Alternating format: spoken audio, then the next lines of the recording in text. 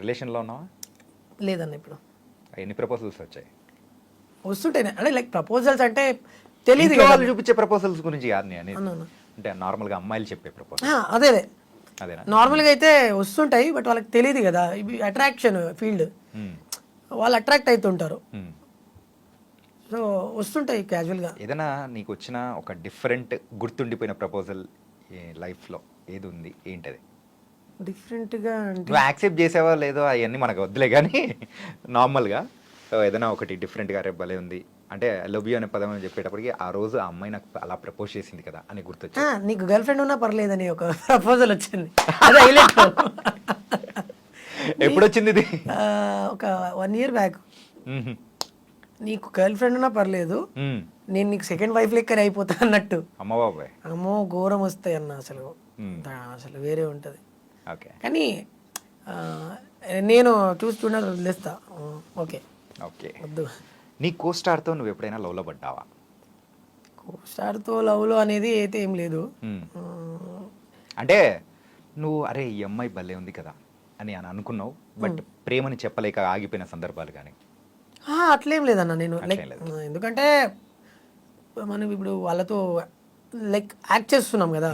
So ఎలా ఉంటుందంటే మనకు అలాంటి ఫీలింగ్స్ అయితే రాదు. మ్మ్. ఎందుకంటే ఇప్పుడు ఎవరైనా సరే ఎవరైనా ఆర్టిస్టులు ఉన్నారంటే ఆన్ స్క్రీన్ దాన్ని ఒక ఆర్ట్ లెక్కనే చూస్తారు.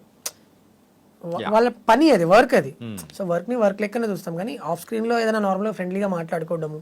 సరే మరి ఫ్రెండ్స్గా ఉన్న వాళ్ళు ఎవరైనా ఉన్నారా? చాలా మంది నాతో వర్క్ చేసిన వాళ్ళు ప్రతి ఒక్కరు నాకు ఫ్రెండ్స్. ఓకే. అంటే వాళ్ళు మళ్ళీ మళ్ళీ కోరుకుంటారు రాము రాథోడ్తో మళ్ళీ చేయాలి, మ్మ్. రాము రాథోడ్తో ఇలా సరదాగా ఉంటుంది. సో అలా మేము ఇప్పుడు లైక్ శేఖర్ మాస్టర్ కానివ్వండి, డిఓపి మా హరీష్ అన్న కానివ్వండి, ఇప్పుడు మేము దాదాపు కలిసి ఒక 10-15 సాంగ్స్ ఏమో చేసాం. ఓకే. మా షూట్స్ ఎలా ఉంటుందంటే మ్మ్. నేను అంటే లైక్ వేరే వాళ్ళకి మాకు డిఫరెన్స్. మ్మ్. మేము ఇలా సరదాగా ఇలా ఇలా వెళ్ళిపోతుంది పాటలు. ఓకే. అదేదో ఆడుతూ పాడుతూ ఆడుతూ అంటారు పాడుతూ కదా, కంప్లీట్ చేసినట్టు. అలా ఉంటుంది మాది. అంటే ఆ. స్టార్ట్ అయ్యిందా షూట్, ప్రాక్టీస్ నుంచి షూట్ అయిపోయే వరకు ఆ. ఏదో ఒకటి మాట్లాడుతూనే ఉంటాం. మాట్లాడితే బ్రేక్ ఉన్నప్పుడు జోక్స్ చేసుకుంటా, కామెడీ ఫన్నీగా చాలా ఎంజాయ్మెంట్గా హ్యాపీగా ఆ. అలా సాగిపోతూ ఉంటుంది మాది. కొన్ని దగ్గరనేమో కొంచెం నేను మాట్లాడకుండా ఉండడము, లేదా వాళ్ళు మాతో కొన్ని అలా ఉంటాయి, కొన్ని బోరింగ్ అనిపించడము. ఓకే. కానీ మేము ఉన్నప్పుడైతే అంటే లైక్ నేను హరీష్ అన్న, శేఖర్ మాస్టర్ మేమంతా ఉన్నప్పుడైతే మాతో కో యాక్టర్స్ ఉంటారు కదా, Yeah. లైక్ ఇప్పుడు లిఖిత కానివ్వండి, ఇంకా ఎవరైనా వేరే వాళ్ళు ఉన్నా కూడా వాళ్ళు చాలా హ్యాపీగా ఎంటర్టైన్ అవుతారు. యా. అండ్ చేస్తే ఇంకొక పాట చేయాలి మీతో అనే ఫీలింగ్లో ఉంటారు వాళ్ళు. చుట్టూ ఎన్విరాన్మెంట్ మీరు అలా క్రియేట్ చేస్తారు కాబట్టి ఎవరైనా కానీ ఫుల్ ఎంజాయ్ చేస్తారు. అవును. ఓకే. సో ఒక నార్మల్ ఫ్యామిలీ నుంచి వచ్చావు. ఈవెన్ నువ్వు చెప్పినట్టు సో ఇంట్లో బియ్యం కూడా ఉండేవి కాదన్నా అని చెప్పేసి అని అన్నావు కదా. మరి అట్లాంటి ఫ్యామిలీ నుంచి వచ్చావు అంటే ప్రజెంట్ ఇప్పుడు నువ్వు సంపాదిస్తున్న సంపాదన చూసి తల్లిదండ్రులు కానీ మీ అన్న అక్క చెల్లెలు వాళ్ళు కానీ సో ఎట్లా ఫీల్ అవుతున్నారు?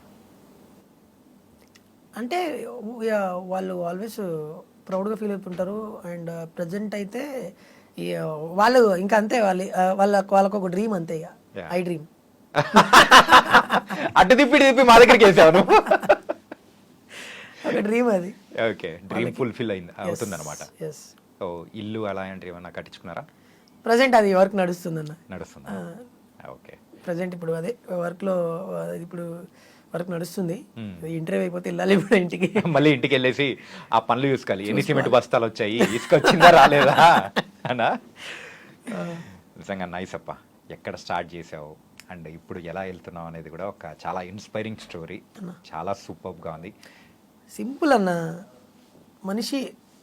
మనిషి అనుకుంటే ఏదైనా సాధించవచ్చు. రైట్. ఒకటి డెడికేషన్ అనేది చాలా ఇంపార్టెంట్. ఏ ఫీల్డ్లో అయినా సరే మనం చేసే పనిలో డెడికేషన్ ఉంటే ఖచ్చితంగా అది మనల్ని ఎప్పటికైనా సరే సక్సెస్ చేస్తుంది పక్క.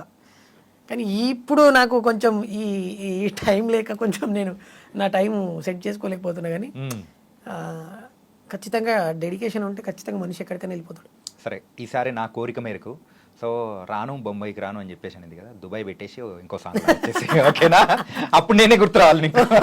అప్పుడు దుబాయ్ వాళ్ళు పిలుస్తారు నన్ను. దుబాయ్ వాళ్ళు పిలుస్తారు. దుబాయ్ షేక్ పిలుస్తుంది మిమ్మల్ని అని అంటది. నైస్ అప్ప. Really all the very best. Thank you, ఇంకా బోల్డ్ అని మంచి సాంగ్స్ రావాలి, ఇంకా క్రోర్స్ వ్యూస్ అనేది కూడా కొట్టాలి. Thank you so much. All the best Ram Rathod. Thank you అన్న. Thank you.